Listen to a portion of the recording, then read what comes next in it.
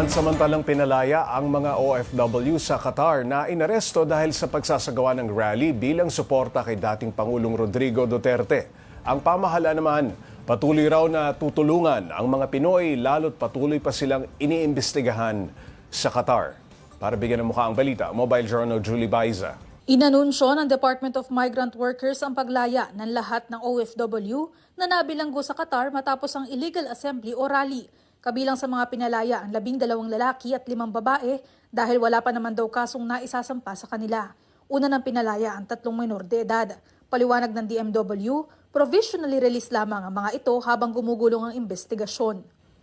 Pending investigation, they're able to all go home to their respective homes in Qatar, in Doha, and able to spend time for themselves and their loved ones.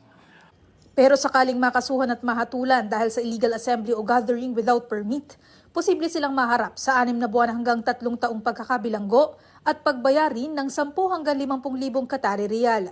Tiniyak naman ng pamahalaan na bibigyan ng legal assistance sa mga OFW.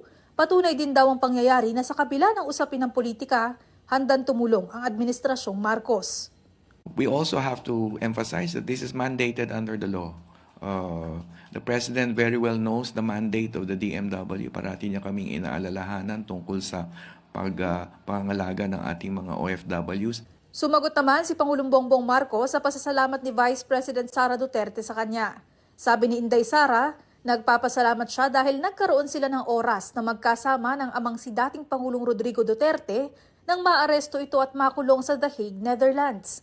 Pinaabot po natin to sa Pangulo. At ang sabi po niya, glad I could help.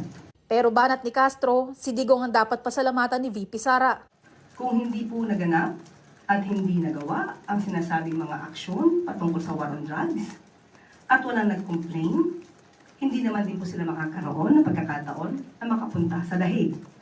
So mas maganda pasalamatan niyo muna po dahil sa ginawa ng kanyang ama, sa mga inireklamos po sa kanya, yun po yung naging cause kung ba't sila nasa The Hague.